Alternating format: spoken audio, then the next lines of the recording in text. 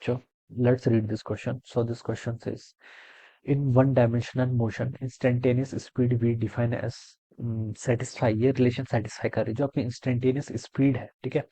ये आपकी जीरो से लेकर वी नॉट तक लाई कर रही है, ठीक है। देखिए बच्चों, क्वेश्चन में एक वर्ड मेंशन किया हुआ है, स्पीड, इंस्टेंटेनियस स्पीड। ये देखिए, स्पीड ऑलवेज पॉजिटिव ही होती है, ठीक है। अगर वेलोसिटी बोला होता तो ये नेगेटिव भी जा सकती थी, ठीक है। स्पीड बोल रखा है, ठीक है, तो ये पॉजिटिव है। अब आगे देखिए स्टेटमेंट को ध्यान दें। बोला गया है displacement in a time always takes non negative values. A option B में लिखा है displacement satisfy relation, acceleration non negative number आएगा। और डी पर लिखा है motion has no turning point. तो चलिए इस क्वेश्चन को भी स्टार्ट करते हैं। तो इस क्वेश्चन का की कॉन्सेप्ट आप क्या लिख सकते हैं? The key concept of this question, instantaneous speed लिख लीजिए, ठीक है। क्या लिख लीजिए? इंस्टेंटेनियस, इंस्टेंटेनियस स्पीड, ठीक है। Instantaneous speed, this will be the key concept of this question. ये क्या हो जाएगा? इस क्वेश्चन का आपके यहाँ से की कॉन्सेप्ट हो जाएगा, ठीक है। इंस्टेंटेनियस स्पीड को आप ऐसे लिख सकते हैं, ठीक है। ये लिखते हैं मॉड ऑफ वेलोसिटी, ठीक है। और ये किसके इक्वल होगा? आपका dx बाई dt के इक्वल हो जाएगा, ठीक है। स्पीड की बात कर रहे हैं तो dx बाई dt हो जाएगा यहाँ पर, ठीक है। सीधे लिख सकते हैं।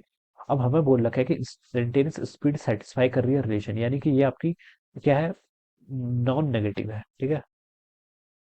ये आ जाएगा आंसर, ठीक है। नॉन नेगेटिव है, जीरो भी हो सकती है, पॉजिटिव भी हो सकती है, यानी कि नॉन नेगेटिव वैल्यूज क्या करेगी? आपकी अटेन करेगी, ठीक है। अब बच्चों देखिए, इस रिलेशन से बता सकता हूँ dx किसके इक्वल होगा? dx हो जाएगा आपका मॉड ऑफ vdt के इक्वल हो जाएगा, ठीक है। ये वैल्यू आप लिख सकते हैं, ठीक है।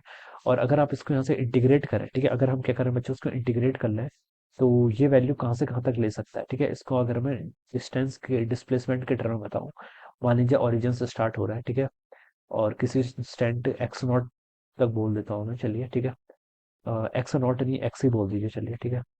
ठीक है, और टाइम आपका जीरो से लेकर किसी टाइम, टाइम तो जीरो से स्टार्ट होगा, जीरो से लेकर किसी टाइम टी तक ले लीजिए, ठीक है। तो इसको देखिए, अगर मैं इंटीग्रेट करूंगा तो चलिए ये एक्स हो जाएगा लेफ्ट साइड पर, ठीक है। और ये आपका वी और टी के इक्वल आ जाएगा, ठीक है। ये आपका आ जाएगा। ये आपको बच्चों क्या बता रहा है? स्पीड आपको डिस्टेंस अपॉन टाइम बता रहा है, ठीक है। मुझसे क्वेश्चन में डिस्प्लेसमेंट पूछा गया है, ठीक है। तो चलिए मैं इसको डिस्प्लेसमेंट के टर्म में लिख लेता हूँ, ठीक है।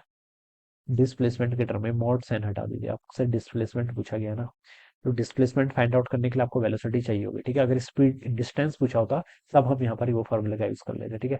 तो ये कितना हो जाएगा? एक्स इक्वल टू आपके यहाँ से वी डी टी के इक्वल हो जाएगा। कितना हो जाएगा आपका? वी डी टी के इक्वल, ठीक है। और देखिए, ये आपकी वैल्यू जीरो से लेकर वी नॉट के बीच में कुछ भी लाई कर सकती है, ठीक है। तो इसकी वैल्यू देखिए मिनिमम कितनी हो सकती है, ठीक है। डिस्प्लेसमेंट आपका अगर ये अपोजिट में मूव करेगा तो इसकी वैल्यू आपकी, अगर देखिए वेलोसिटी क्या होगी? अपोजिट होगी, ठीक है।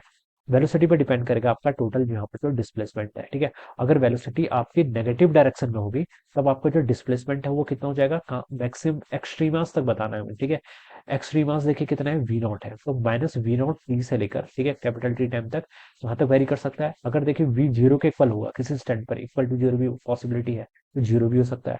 और अगर आपकी स्पीड, ठीक है, अगर आपकी क्या बोल रखा है यहाँ पर, आपकी वेलोसिटी अगर आपकी वी नॉट है प्लस में है, तो ये मैक्सिमम वैल्यू कितनी ले सकता है? वी नॉट टी तक ले सकता है, ठीक है।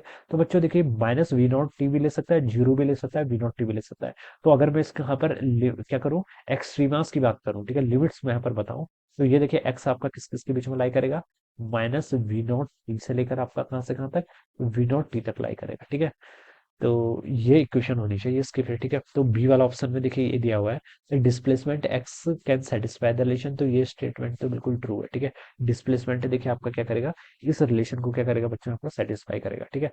तो ये आपका मैक्सिमम डिस्प्लेसमेंट कितना हो जाएगा? आपका वी नॉट टी के इक्वल हो जाएगा। ये कब कंडीशन ट्रू होगी? जब आपकी वेलोसिटी पॉजिटिव होगी और माइनस वी नॉट टू के भी इक्वल होगा, ठीक है। ये कब होगी?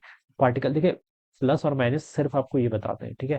अगर ये पॉजिटिव एक्स एक्सिस है तो ये आपका इधर को मूव कर रहा है, तो उसका मतलब ये प्लस वी नॉट स्पीड से मूव कर रहा है। अगर पीछे को मूव करेगा, वेलोसिटी नेगेटिव होगी, तो माइनस वी नॉट बताएगा, ठीक है। सिर्फ आपको इतना पता चलता है, ठीक है। इसका मतलब ये नहीं होता अगर कोई बोले कि एक्सेलरेशन क्या आपका नेगेटिव एक्सेलरेशन है, ठीक है। अगर आपसे कोई बोले क्वेश्चन में कि अगर आपका नेगेटिव एक्सेलरेशन है, ठीक है, तो नेगेटिव एक्सेलरेशन का मतलब ये है, ठीक है, this is our negative acceleration, क्योंकि इस साइड को हमने पॉजिटिव कंसिडर किया है, इस साइड को आपने नेगेटिव कंसिडर किया है, ठीक है। ऐसे आप इसको समझना है। तो बी ऑफ स्टेटमेंट तो ट्रू है। अब ए पर लिखा है displacement in time T must always take non negative values. Displacement आपका नॉन नेगेटिव वैल्यूज लेगा, तो ये स्टेटमेंट तो बिल्कुल ही रॉन्ग है, ठीक है। डिस्प्लेसमेंट अगर नेगेटिव वैल्यूज कैसे, नेगेटिव वैल्यूज भी ले सकता है, ठीक है। कब लेगा नेगेटिव? अगर हमने वेलोसिटी देखिए, देखिए वेलोसिटी वेक्टर क्वांटिटी है, ठीक है। अगेन बोल रहा हूँ, वेलोसिटी वेक्टर क्वांटिटी है। तो ये पॉजिटिव नेगेटिव दोनों ले सकता है, ठीक है। और पॉजिटिव नेगेटिव हमारी चॉइस होती है, ठीक है, कि हमने ओरिजिन को कहाँ पर डिफाइन किया हुआ है, ठीक है। तो पार्टिकल बैकवर्ड डायरेक्शन मूव कर सकता है, बैकवर्ड डायरेक्शन मूव कर सकता है का मतलब क्या है, नेगेटिव एक्स एक्सिस का मूव कर सकता है। अगर पार्टिकल नेगेटिव एक्स एक्सिस का मूव कर रहा है तो डेफिनेटली उसकी वेलोसिटी भी नेगेटिव होगी। वेलोसिटी नेगेटिव होगी तो डिस्प्लेसमेंट भी नेगेटिव हो सकता है, ठीक है। और डिस्प्लेसमेंट तो ऑलरेडी एक वेक्टर है। अगर डिस्टेंस होता तो डिस्टेंस तो ऑलवेज नॉन नेगेटिव होता, ठीक है। अगर यहाँ पर डिस्टेंस लिखा होता तब स्टेटमेंट ट्रू था, ठीक है, नॉन नेगेटिव वैल्यूज, ठीक है। बट डिस्प्लेसमेंट बोला है तो इसलिए रॉन्ग हो जाएगा। तो ये ऑप्शन तो रॉन्ग हो गया। सी पर लिखा है acceleration is always a non negative number. Acceleration क्या होगा, ऑलवेज नॉन नेगेटिव होगा। दिस इज ऑल्सो इनकरेक्ट, ये स्टेटमेंट भी आपका क्या बच्चों, इनकरेक्ट है, ठीक है। ऐसा क्वेश्चन में कहीं मेंशन नहीं किया हुआ है, ठीक है।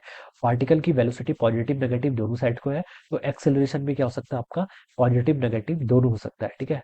अगर तो ये बिल्कुल क्या आपका स्टेटमेंट रॉन्ग है। सी पर देखिए क्या लिखा है, तो ये स्टेटमेंट भी रॉन्ग है। डी पर लिखा है, डी पर the motion has no turning point, motion का कोई भी टर्निंग पॉइंट नहीं होगा, ठीक है।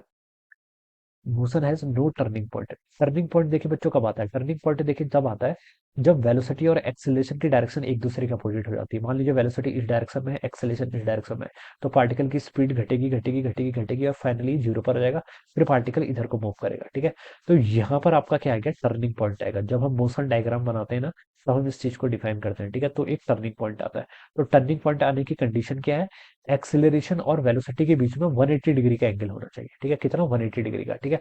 अगर लेसर देन 90 होगा, ठीक है, तब तो हम बोलेंगे कि ये आपका there is no turning point, ठीक है। और अगर क्या होगा आपका ग्रेटर देन 90 और लेसर देन 180 होगा, तब हम बोलेंगे कि टर्निंग पॉइंट डेफिनेटली होगा, ठीक है। तो यहाँ पर बोल रखा है there is no turning point, तो ये स्टेटमेंट भी रॉन्ग है, ठीक है।